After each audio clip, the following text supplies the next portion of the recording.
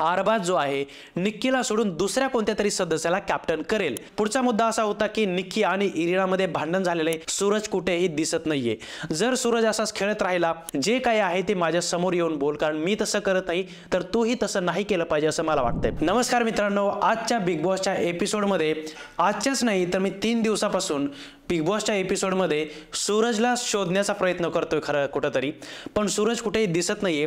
Actually आज कुठेतरी असं वाटलं की सूरज मे बी निक्कीमुळे दिसला, एक भाऊ मांडला म्हणून तिथं तो दिसला तेवढा, नाहीतर त्याच्या गेममध्ये आतापर्यंत 3 दिवस झालं मी बघतोय सूरज कुठेही दिसत नाहीये। जर सूरज असाच खेळत राहिला तर सूरजला लोक आता सपोर्ट करणं कमी करतील, कारण काय ना, जर तुम्हाला कुठेतरी टास्क दिला आणि त्याच्यामध्येच तुम्ही खेळला तर ते काही कामाचं नाही आहे। तुम्हाला टास्क नसताना पण घरामध्ये काही ना काही तुम्हाला दाखवायचं आहे, काही ना काही तिथं तुम्ही दिसले पाहिजेत, पण 3 दिवसापासून बघतोय सूरज कुठेही दिसत नाही आहे। राहिले अजून 2-3 दिवस, याच्यामध्ये जर सूरज असाच खेळला तर हळूहळू सूरजला विसरून जातील। जसं की बिग बॉसच्या घरामध्ये योगिता होती, योगिता खरं तर ती खेळतच नव्हती आणि ती म्हणतही होती की मला खेळायचं नाहीये, पण सूरजला कुठेतरी असं होतंय जर उद्या परवा दिवशी एखादा टास्क दिला आणि त्याच्यामध्ये जर सूरज खेळला तर आपल्याला तो एक दिवस दिसेल, पण याच्या अगोदर तो एक दिवस दिसला, फुल दिसला, पण त्याच्यानंतर सूरज पूर्णपणे गायब आहे।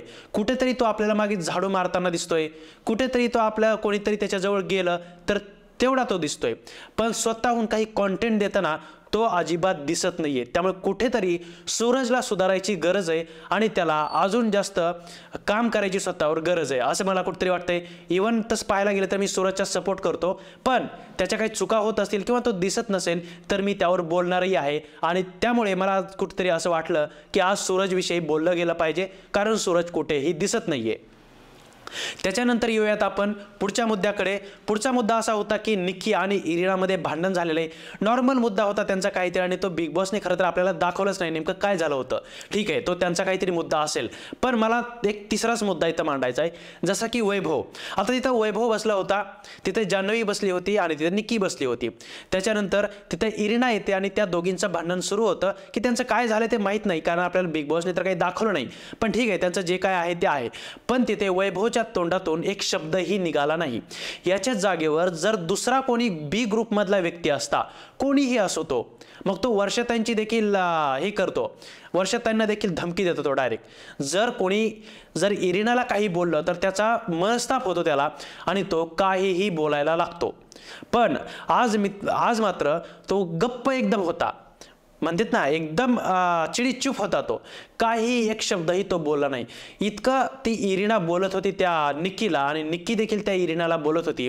पुढच्या लेवलचं त्यांचं भांडण सुरू होतं दोघींमध्ये, तू असंच का बोलली, तसंच का बोलली, किंवा इरिनाचं म्हणणं होतं की तू जी काही बोलते ते मला येऊन डायरेक्ट बोल, उगा याच्यात त्याच्यापाशी जाऊन माझ्याविषयी बोलू नको आणि मागे बिचिंग करू नकोस, जे काही आहे ते माझ्या समोर येऊन बोल, कारण मी तसं करत नाही तर तूही तसं नाही केलं पाहिजे असं मला वाटतंय। पण त्याच्यावर निक्की म्हणते की मला काय करायचंय काय नाही ते मी ठरवेल, तू ठरवू नको, आणि मला जे काही करायचं ते मी करेल, अशा पद्धतीचं त्यांचं एक भांडण सुरू होतं तिथं।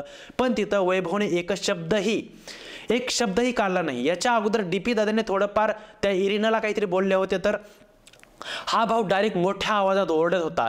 त्याच्यानंतर निखिलला देखील हा मोठ्यात ओरडलेला आहे टास्कमध्ये, पण आज तिथे निक्की काही बोलली तर हा भाऊ फक्त त्याला थोड्या वेळापुरता राग आला होता काल खरं बघायला गेलं तर, पण निक्की पुढे हे जे ए ग्रुपवाले आहेत ना सगळेच एकदम मागे सरकतात, 2 पावले मागे सरकतात। जर निक्कीनं असं काही केलं तर तिला कोणीही काही बोलत नाही। त्यामुळे आज कुठेतरी इरिनाला वाटलं असेल की या ग्रुपमध्ये राहून काही फायदा नाहीये, लवकरच इरिना या ग्रुपमधून आउट होणार किंवा आपल्याला तिचा एक इंडिव्हिज्युअल जो गेम आहे तोच दिसणार आहे, कारण आतापर्यंत ती फक्त वैभवमुळेच ती त्या ग्रुपमध्ये टिकून होती, वैभवसाठी त्या ग्रुपला ती सपोर्ट करत होती। पण आता इथून पुढे मला वाटतंय की इरिना एक अशी मुलगी आहे तिच्याकडे तिचा सेल्फ रिस्पेक्ट आहे, बाकीच्या इतर ए ग्रुपमधल्या लोकांसारखा तिचा सेल्फ रिस्पेक्ट कोणाच्याही पायदळी त्यांनी तुडवलेला नाहीये। ती तिचा जो मुद्दा आहे ती बोलणार, ठीक आहे आतापर्यंत तिनं काही गोष्टी सहन केल्या असतील, पण जेव्हा डोक्याच्या वरून पाणी जातं त्यावेळेस कोणीही आपल्यासाठी आवाज उठवतं, पण ए ग्रुपमध्ये तसं होत नाही। तो वैभव त्याला काही घेणं देणं नाहीये, तो निक्कीच्या जसं काही बोलेल तसं वागतो, त्या जान्हवीला पण तसंच आहे आणि अरबाजचं पण तसंच आहे। आज तर आपण पाहिलं असेल की अरबाजने जी कॅप्टन्सीचा गिव्हअप केलेला आहे ती कॅप्टन्सीचा गिवअप पण म्हणता येणार नाहीये, कारण जे अरबाजला पाहिजे होता किंवा अरबाज जो व्यक्तीला पाहिजे, म्हणजे असं की हा कॅप्टन होऊ शकतो किंवा मी म्हणेल तसंच काम होऊ शकतं, तसंच एका व्यक्तीला त्यानं कॅप्टन केलेलं आहे. माझं मत असं कुठेतरी होतं की मला वाटलं होतं की कुठेतरी आज अरबाज जो आहे निक्कीला सोडून दुसऱ्या कोणत्या तरी सदस्याला कॅप्टन करेल. म्हणजे याच्या अगोदर त्याने निक्कीला याच्यामधून वाचवलं होतं आपल्या नॉमिनेशनमधून, पण आता दुसऱ्या वेळेस त्याच्याकडे चान्स होता अजून एक डिसिजन घ्यायचा, पण त्याने तिथं आज देखील निक्कीलाच कॅप्टन केलेलं आहे. मला वाटत होतं कुठेतरी त्याने पुढे जाऊन वैभवला कॅप्टन करायला पाहिजे होतं किंवा वैभव नाही तर जान्हवीकडे जायला पाहिजे होतं, पण सगळ्यात पहिल्यांदा तर वैभव पहिली प्रायोरिटी असायला पाहिजे होती, पण आज त्याची जी प्रायोरिटी आहे ती निक्की ठरली. काल त्याने एवढं सगळं भांडण केलं, एवढी त्यांची भांडणं झाली की असं वाटत होतं आता 5-10 दिवस तरी आपल्याला हे एकमेकांना तोंडच दाखवणार नाहीत, पण आज लगेच दुसऱ्या दिवशी याने कॅप्टन्सी देऊन टाकली त्या निक्कीला आणि झालं यांचं पाहिल्यासारखं सगळं. आणि काय फायदा जर टीम ए मध्ये फक्त अरबाजला वाटत असेल की फक्त निक्की सेफ व्हावी, निक्कीला जे काही करायचं कॅप्टन करायचं ते करायचंय, आणि निक्कीला वाटत असेल अरबाज, तर या दोघांमध्येच जर गेम चालत असेल तर बाकीच्यांनी कुठं जायचं, बाकीच्यांनी कोणाकडे पाहायचं. ते जान्हवीला कोणी भाव देत नाहीये, त्या वैभवला तर काय असं ना तसं कोणी भावच देत नाहीये, ते तर मग हा आपला छोटा पोडर येतं सोडूच द्या, आणि इरिना तर कुठेही येतच नाही यांच्या ग्रुपमध्ये. त्यामुळे कुठेतरी असं वाटतंय ज्यावेळेस पण ए टीममध्ये काही डिसिजन घ्यायची वेळ येते, कोणावर तरी काहीतरी द्यायची वेळ येते, तेव्हा पहिली जी प्रायोरिटी आहे ती अरबाजला आणि निक्कीलाच भेटते.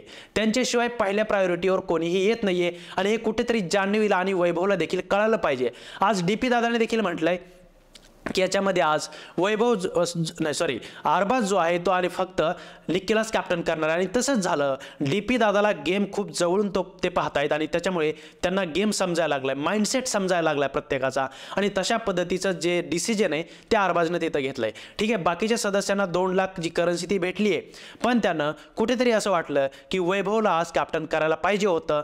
वैभव बरोबर कुठेतरी अन्याय होतोय.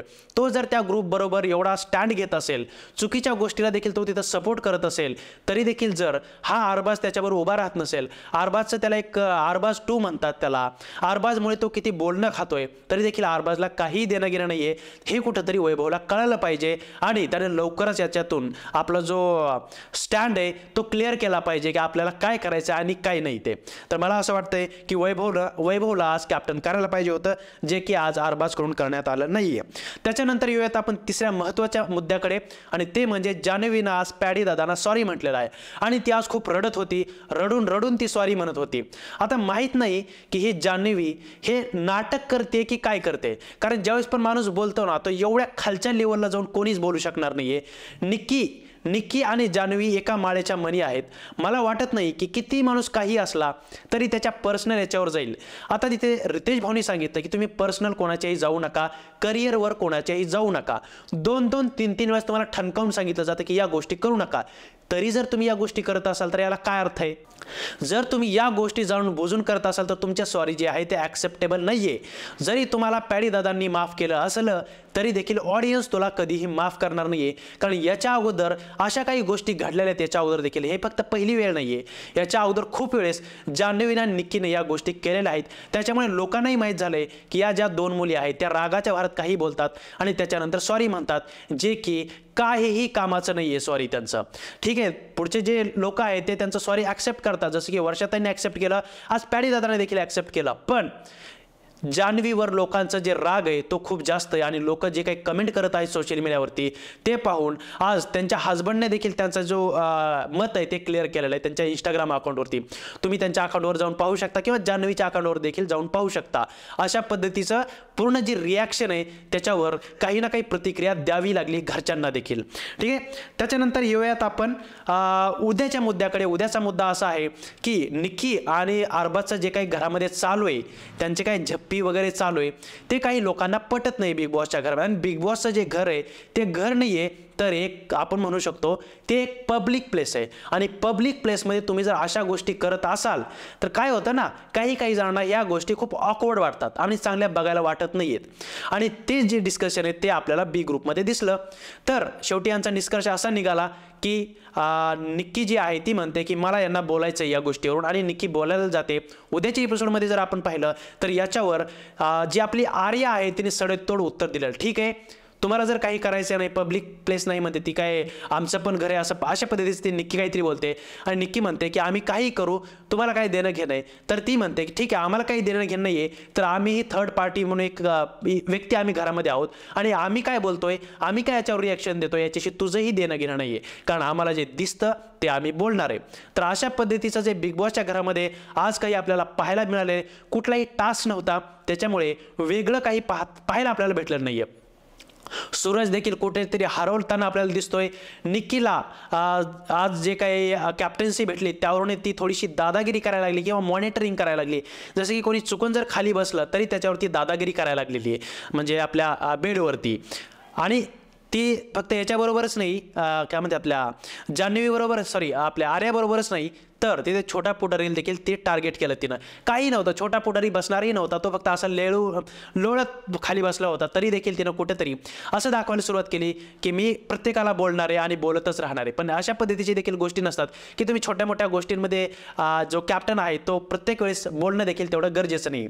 त्याच्यानंतर जे पडदे लावायचं आहे ते देखील आज आपल्याला उद्याच्या एपिसोडमध्ये पाहायला भेटणार आहे, काय आहे काही नाही. आणि ओव्हरऑल बघायला गेलं तर टास्क नसल्यामुळे आज बिग बॉसच्या घरामध्ये आपल्याला कुठल्याही प्रकारचं असं मोठं काही भांडण पाहायला भेटलेलं नाहीये.